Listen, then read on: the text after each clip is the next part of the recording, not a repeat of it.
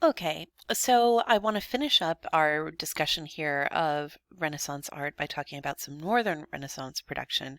And normally I would have this presentation in presentation mode where it'd be full screen for you. So I know it's a little bit weird looking right now, but the reason I've got this is because I really want to be able to zoom in, and I won't be able to do that effectively if I have it in presentation mode. So this painting right here is by an artist by the name of Jan van Eyck. He is from the Netherlands, as that name might indicate to you, and this is known as the Arnolfini portrait. Sometimes it's called the Arnolfini wedding, but we just call it the Arnolfini portrait now. And in it, you see this gentleman here with an excellent hat standing next to this woman with a really interesting sort of like stance here with that beautiful green dress. And then there's tons of little details all around them. And one of the things I wanted to point out about Northern Renaissance art is the incredible level of detail. So first and foremost, I'm going to zoom in a little bit and then I'm going to have to kind of like restructure stuff because it's going to get out of whack. So here, we're going to zoom in. So the first thing I want to do is point out a couple of the details that you will be able to see here. So first and foremost, if you look right here in the center of the image, that is Johannes van Eyck's, or Jan van Eyck's signature for this painting. He's put it right dead center in the whole center of the image so that nobody can forget the fact that he painted this image. And then we have this image of the woman, which is always very interesting. And inevitably, someone will tell me, "Oh, she's pregnant. That's why that's why the wedding's important." No, she's not. What she's doing is she's gathering up her dress, and it looks as though she's pregnant. We suspect that this painting was done as a gift in advance of the wedding, and so it's full of symbols that are important to a newly married couple. So here she is, and her husband or husband-to-be is taking her hand and making a gesture very similar to the one that he would be making in front of a priest at the wedding. So it's as though they're being married in front of us. And she's gathering up her dress and it gives the illusion of pregnancy there.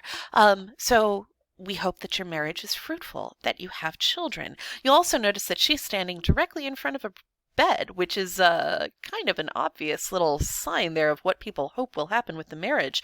And then if you scroll down, you have this, oh, hang on, let me go back. We'll come back to Bosch in a moment. You've got this adorable little puppy right in between the two of them. Well, dogs were meant in a lot of Renaissance art to symbolize faithfulness. Like that's why the name Fido comes from fidelity, is often used with dogs because dogs are supposed to be faithful. So between the two of them is this indication of faithfulness. May you have children, may you be faithful. If you look right here, there are oranges on the windowsill. Oranges do not grow in the Netherlands. You had to buy them from Spain and then they had to be shipped, and they had to be shipped really fast, otherwise they'd spoil. So if you could afford oranges, you were pretty dang wealthy. So may you have children, may you be faithful, may you be wealthy. And then if you zoom in even closer, you will see one of my favorite details in the whole painting. And that is the mirror. So if you look at the mirror here, you will see that this mirror repeats everything in the image backwards. You can see here's the bride in her green dress, here's the groom in his funny hat, and then there are two figures that we can't really see even if we zoom in. We're not entirely sure who they are, but we have these two figures in the background, maybe meant to represent a priest, maybe the artist himself, we're not sure. But we can see the whole room in this mirror, and more than that, around the edge of the mirror. Oops, I'm going to have to kind of change it up a little bit here. There we go. You can just see around the edge of the mirror, see those images? Those are the Catholic stations of the cross. That's depicting Jesus' crucifixion and resurrection. And those paintings right there are so tiny and so well done that Van Eyck had to paint them with a paintbrush that had one squirrel hair on it because it's incredibly tiny when you zoom out. Look how tiny that thing is. This is the kind of level of detail that is really common in Northern Renaissance art. So let me give you another example of detail in Renaissance art. Again, this is one of those things where I'm going to zoom in. This right here is called The Garden of Earthly Delights by Hieronymus Bosch. Bosch is weird. Bosch is one of those people who was about 400 years too early for surrealism. Like Salvador Dali and his melting clocks would have dug Bosch. So this is what we call a triptych. There are 3 images, 1, 2, 3. And it's meant to represent, it actually folds closed. There's a hinge here and a hinge here, and those 2 wooden panels fold close. And what they do is right here, this image is heaven, this is earth, and this is hell. And if you zoom in, Bosch has got a lot going on. I'm going to start over in heaven, okay? And then we'll talk about the weirdness going on in earth. So according to Bosch, humans in heaven, or rather in the Innocence Age, you had elephants and some sort of weird giraffe thing, unicorns, a very nice water feature in heaven. And then you have Jesus and maybe a depiction of Adam and Eve. It's a little bit difficult for us to tell. And then, let me go back. We'll get to that in a moment. Then you have just the chaos of the world. And you have all of these very strange depictions of human beings riding animals around in a circle.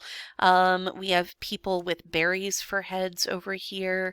There's a very scared looking owl with like multiple legs dancing around him. Bosch doesn't make a whole lot of sense, but he is a really good example of that like heightened detail. So let's take a look at his depiction of hell, because that is where the weirdness gets particularly distinct. So, So Bosch's depiction of hell includes an awful lot of things that we don't fully understand, such as, say, here I will go specifically to this now and zoom back out. Nope. Oh, that's good enough. All right. So we have here an ear with a knife. Not sure why. We have a tree / human that's been hollowed out that people are inside of. This doesn't look like an awesome place to spend all of eternity. But this is the kind of depictions of religious thought that we see a lot of in the Northern Renaissance. Not that we see it in this weird a way, but it tends to be really prevalent that there's a lot more religion in Northern Renaissance art than there is in Italy. Now, the last artist that I want to talk about is not actually on your sheet, but I do want to at least mention him, and this is Dürer. Albrecht Dürer was an artist of great renown. He studied in Italy for a while before going back to Germany. And this is a self-portrait of him.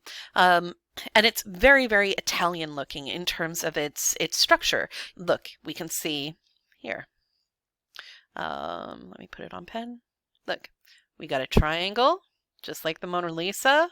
Yeah, there's our triangle. We have chiaroscuro. Look at the brightness here on his forehead versus the darkness in the background. Like, he is definitely leaning into the Italian sort of structure here in terms of his painting.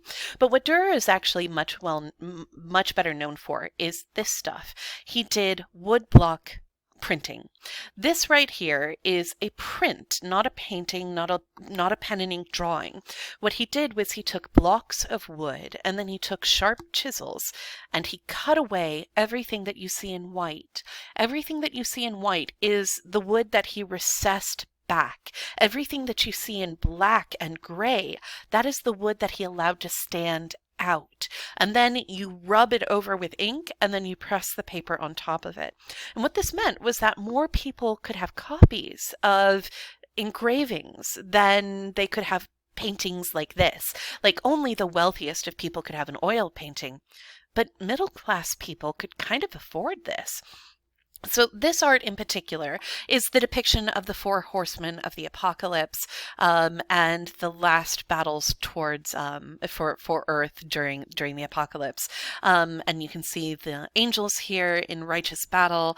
You can see the forces of evil being trampled underneath. We will talk about why the Pope is here later. That's a Protestant Reformation thing. But you can see up here, here's Christ, just like sort of in Michelangelo's depiction of the Last Judgment, so too is Christ present in this depiction of the Last Judgment as well. So those are some of the works of art that I wanted to share with you today. So now, if you will, follow the instructions. You guys are going to go on a bit of a tour of the Sistine Chapel and then answer a question in your learning check. Have a good day. See you later.